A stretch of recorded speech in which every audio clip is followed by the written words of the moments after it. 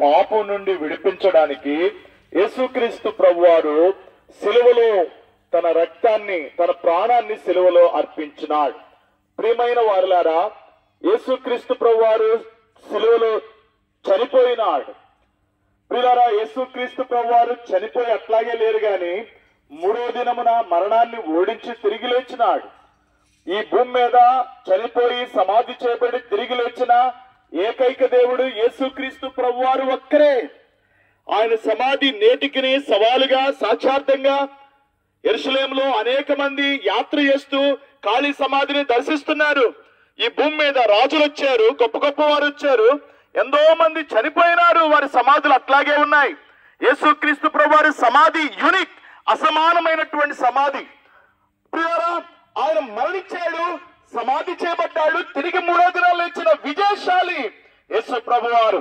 కాబట్టి ప్రియులారా, ఆయనందు విశ్వాసం ఉంచి చనిపోయిన వారిని కూడా ఒక దినము లేపబోబడుతున్నాడు, ఒక దినము ఆయన లేపేటటువంటి వాడిగా ఉన్నాడు. దేవుని వాక్యం సెలవిస్తుంది, నా యందు విశ్వాసం ఉంచువాడు చనిపోయిన బ్రతుకును, బ్రతికి నా యందు విశ్వాసం ఉంచువాడు ఎన్నటికి చనిపోడు. ప్రియులారా, ఈ సాయంకాల సమయంలో యేసుక్రీస్తు ప్రభువారు చావుందే సిలువపై అనే పాట పాడాం. యేసుక్రీస్తు ప్రభువారు ఎందుకు సిలువలో చనిపోయినాడు అనగా, ప్రియులారా, మరణ శాసనము వ్రాసినటువంటి వ్యక్తి ఆ శాసనాన్ని చెల్లిస్తేనే అది చెల్లుబాటు అవుతుంది. మరణ శాసనం వ్రాసినటువంటి దేవుడు యేసుక్రీస్తు ప్రభువారే ఆ శాసనాన్ని వ్రాసినాడు. ఏమని రాసినాడు? యేసుక్రీస్తు ప్రభువారు మరణించవలసినది. దేవుడు సాక్షాత్తుగా మానవులను పాపం నుంచి విడిపించబడాలంటే రక్తము చిందించాలి. సాక్షాత్ ఆయనే ఆ శాసనాన్ని వ్రాసాడు. వ్రాసి దాన్ని నిరర్ధకం చేయలే, దాన్ని నెరవేర్చాడు. పిల్లలు దాన్ని కొట్టి నెరవేర్చాడు.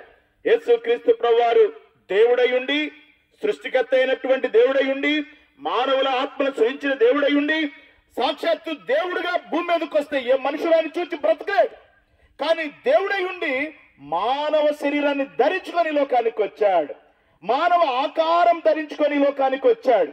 కాబట్టి ఎందుకు అంటే ఆయన ఒక రాజుగానో వస్తే, లేకపోతే ఇంకొక జంతువుగా రూపం ధరించుకొని వస్తే పిల్లలు అర్థం కాదని, నీ పోలిక, నా పోలిక, మన పోలిక ధరించుకొని మానవాకారంలో వచ్చిన ఏకైక దేవుడు యేసు ప్రభువారు మానవ శరీరాకారం ధరించి, అందుకని ఆయన 33.5 సంవత్సరాలు జీవించి మానవులందరినీ పాపం నుంచి విడిపించాలి. ఎందుకంటే పూర్వ దినాల్లో పాపం పోవడానికి జంతువులు వధించేవారు. పిల్లల కోళ్లు రక్తం, మేకల రక్తం, ఎడ్ల రక్తం, పశువుల రక్తం వధించేవారు పాప ప్రక్షాళన అవడానికి. అయితే ఒక్క బలిగా మరెన్నడూ బలిని అర్పించకుండా చేయటానికి ఒక్క బలి పశువుగా, దేవుడే బలి పశువుగా మానవులందరి యొక్క పాపాల నిమిత్తం ఆయనే బలి పశువుగా సిలువలో ప్రాణం అర్పించినాడు. ఇక మనుషులు బలి అర్పించక్కర్లేదు, వారి పాపముల కొరకు బలు అర్పించక్కర్లేదు. నీ కొరకు యేసు ప్రభువారు బలిగా సిలువలో రక్తం కాచి చనిపోయినాడు, ఇంకా బలి అక్కర్లేదు. అందుకని యేసు ప్రభువారు సెలవిస్తున్నారు, రక్తము చిందించకుండా, రక్తము లేకుండా పాప క్షమాపణ లేదు. ప్రియులారా, పూర్వ దినాల్లో మనం ఇళ్లలోకి వెళ్ళినా, ఇంకేదైనా కార్యాలు జరిగినా రక్తము ఒలికించేవారు, రక్తాన్ని చల్లేవారు. అయితే యేసు ప్రభు రక్తం పాపము లేని రక్తం, నిర్దోషమైన రక్తం. ఆయన మనుషులందరి కొరకు పాపం నుంచి విడుదల చేయడానికి యేసు ప్రభు రక్తాన్ని చిందించినాడు. ప్రియులారా, యేసుక్రీస్తు ప్రభువారు రక్తము ద్వారా ఏం జరుగుతుంది? నీవు పూర్వ దినాల్లో రక్తము ద్వారా పాప ప్రక్షాళన కొరకు నువ్వు ఎన్నో చేసేటటువంటి వాడు. పక్షులు, జంతువులు వధించి వాటి రక్తం ద్వారా మన పాప ప్రక్షాళన కొరకే ఎన్నో చేశాం. అయితే యేసు ప్రభు రక్తం ఒక్కటే ఈ భూమి మీద, ఈ సృష్టి అంతటిలో పాపము లేని రక్తం. ఈ సృష్టి అంతటిలో పాపము లేని ఒకే ఒక రక్తం యేసయ్య రక్తం. ఎందుకంటే యేసయ్య స్త్రీ సంతానముగా పుట్టాడు. నీవు నేనందరం కూడా ప్రియులారా మగ సంతానం. యేసు ప్రభువారు స్త్రీ యందు పుట్టి కన్యక ద్వారా జన్మించినటువంటి వాడు. స్త్రీ పురుషు యొక్క ప్రమేయం లేకుండా జన్మించిన చరిత్రలో, సృష్టిలో ఏకైక దేవుడు యేసు ప్రభువారు. ఎలా జన్మించాడు? పరిశుద్ధాత్మ ద్వారా, దేవుని శక్తి ద్వారా ఆయన జన్మించినాడు. అందుకని ఆయన పాపము లేనివాడుగా జన్మించాడు, పాపము లేని జీవితాన్ని జీవించాడు, పాపమే ఎరగనిటువంటి దేవుడిగా ఈ లోకంలో ఆయన జీవించాడు. ఆయనలో పాపము లేదు. పాపము లేని ఏకైక దేవుడు యేసు ప్రభువారు. ఈ భూమి మీద పాపము లేని ఏ వ్యక్తి అయితే ఉంటాడో ఆ వ్యక్తి ఒక్కడే పాపిని పరిశుద్ధునిగా చేసే శక్తి ఉంటుంది. ఇంక ఈ లోకంలో ఎవ్వరికి ఉండదు. నువ్వెన్ని చేసినా ఎక్కడికి వెళ్ళినా పాపం నుంచి విడుదల పొందలేవు.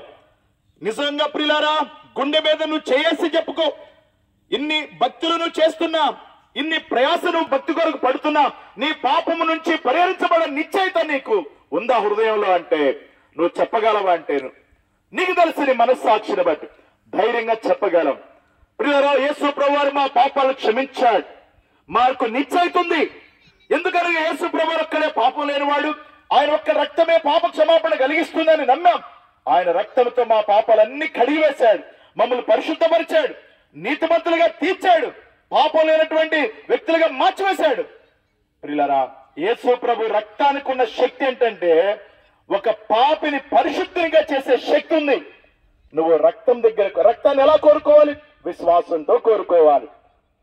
యేసయ్యా, నీ రక్తములో నా పాపాలు కడగండి అంటే చాలు, పాప క్షమాపణ కలుగుతుంది. ఇంకా వేరే మార్గం ఈ సృష్టిలో వేరే మార్గం ఎక్కడ లేదు. పాపాలు పోవు, పరిహరించబడు. ప్రియులారా, ఒకే ఒక మార్గం మనుషులకు ఇచ్చాడు. సర్వ పాప ప్రక్షాళన కొరకాయ యేసు ప్రభు రక్తాన్ని వలికించి చిందించాడు. ప్రియులారా, రక్తము చిందించకుండా పాప క్షమాపణ కలగదు. అందుకని పాప క్షమాపణ కొరకే రక్తము చిందించాడు అంటే ప్రాణం పెట్టాడు. దేవుడయుండి మనుషులందరి కొరకు ప్రాణం పెట్టిన ఏకైక దేవుడు సృష్టిలో యేసయ్య ఒక్కడే. అందుకనంత ఖండితంగా ధైర్యంగా సాక్ష్యం ఇస్తున్నాం. మా పాపాలు క్షమించిన దేవుడు, మా పాపాల కొరకు లోకానికి వచ్చిన దేవుడు. మతం కొరకు కాదు, మనుషులు మతాన్ని మార్చడానికి కాదు, మనుషుల్లో ఉన్న పాపమును తొలగించడానికి ఆయన లోకానికి వచ్చాడు. మనుషులు ఉన్న పాప స్వభావాన్ని తీసివేయడానికి కొరకు వచ్చాడు. ఎందరో వ్యభిచారులు మారారు, దొంగలు మారారు, నక్సలైట్లు మారారు, భయంకరమైన త్రాగుబోతులు మారారు, భయంకరమైన నరహంతకులు మారారు, ఎంతో మంది పాపులు మారారు. యేసయ్య మార్చివేశాడు, పాపులను పరిశుద్ధులుగా చేశాడు. ఆయన రక్తమే. ఈ సాయంకాల సమయంలో యేసయ్యా, నీ రక్తంలో నా పాపాలు కడగండి. నీ కొరకు యేసు ప్రభు చనిపోయినాడు, రక్తాన్ని చిందించినాడు. ఆ రక్తాన్ని నువ్వు కోరుకుంటే నీ పాపములు క్షమించబడు. పాప క్షమాపణ పొందకుండా పరలోకి వెళ్ళు.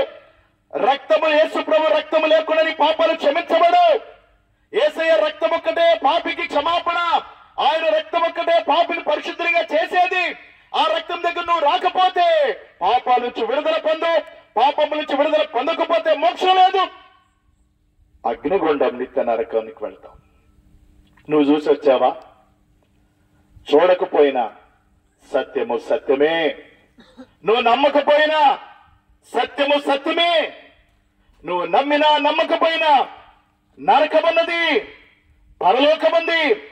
పాపములో చనిపోయిన వ్యక్తి నరకానికి వెళతాడు, పాపం నుంచి విడుదల పొందిన వ్యక్తి పరలోకానికి వెళతాడు.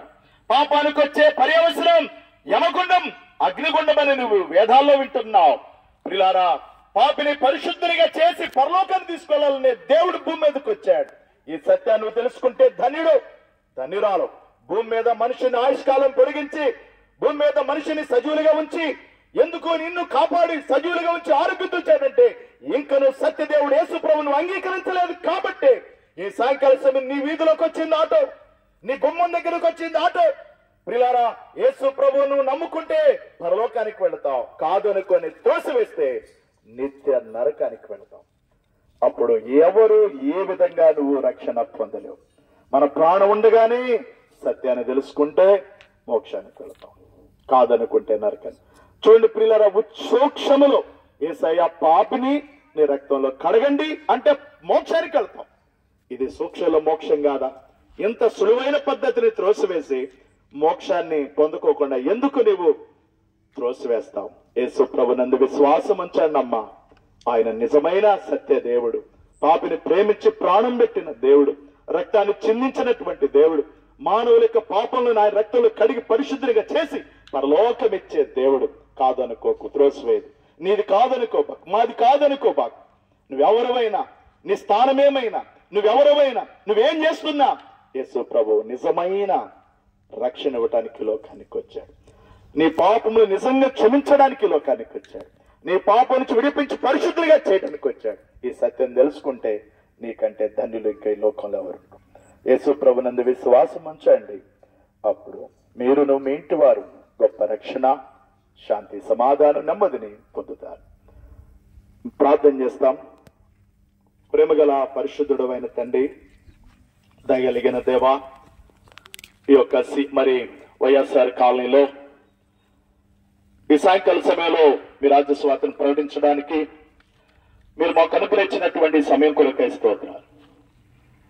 ప్రభా, అరుగుల మీద కూర్చొని వింటున్నవారు, గదిలో కూర్చొని వింటున్నవారు, ఆరు బయటకు వచ్చి వింటున్నవారు, వారందరి చెవులు, వారి హృదయాలు ఎరిగిన వాడు యేసు ప్రభువా, నువ్వు మమ్మల్ని ప్రేమించి లోకానికి వచ్చి మా పాపాల కొరకు శిలువలో ప్రాణం పెట్టిన దేవుడు ప్రభువా, మా కొరకు నీ రక్తాన్ని కార్చిన దేవుడు. నీ రక్తమే మా పాపాలు కడిగి మమ్మల్ని పరిశుద్ధులుగా చేసింది. ఈ సత్యం ఇక్కడ కూర్చున్న వారు, ఈ ప్రాంతంలో ఉన్న వారు కూడా తెలుసుకొని ప్రభా, పాపానికి వచ్చే శిక్ష నరకమై ఉండగా ఆ నరక మార్గం నుండి తప్పించబడి నిత్య జీవం పరలోక మార్గంలోనికి రావటానికి యేసు ప్రభు రక్తంలో పాపాలు కడుక్కొని పరిశుద్ధులుగా చేయబడి పరలోకానికి వారసులుగా చేయండి. ఏ ఒక్కరు నశించి నిత్య నరకానికి వెళ్ళటం మీ ఉద్దేశం కాదని ఈ ఆటో వీధులకు పంపించి ఈ మాటలు వినిపించడానికి ఇష్టపడ్డాం. ప్రభు, నీవే నీ ఆత్మకార్యం జరిగించము.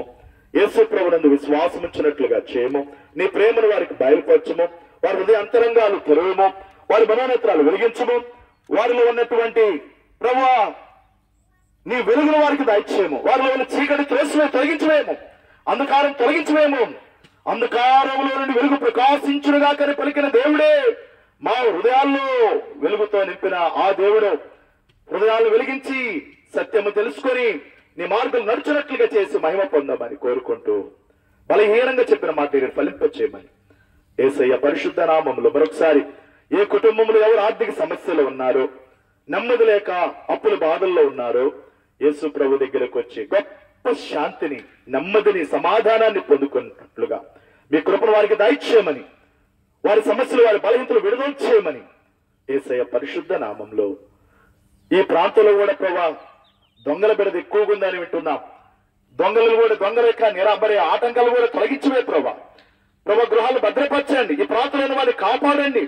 శత్రువు నుండి, కీడు నుండి భద్రపరిచి కాపాడి మీరే మహిమ తెచ్చుకుంటారామని కోరుకుంటూ యేసు ప్రభు నామంలో ప్రార్థిస్తున్నాను తండ్రి, ఆమేన్.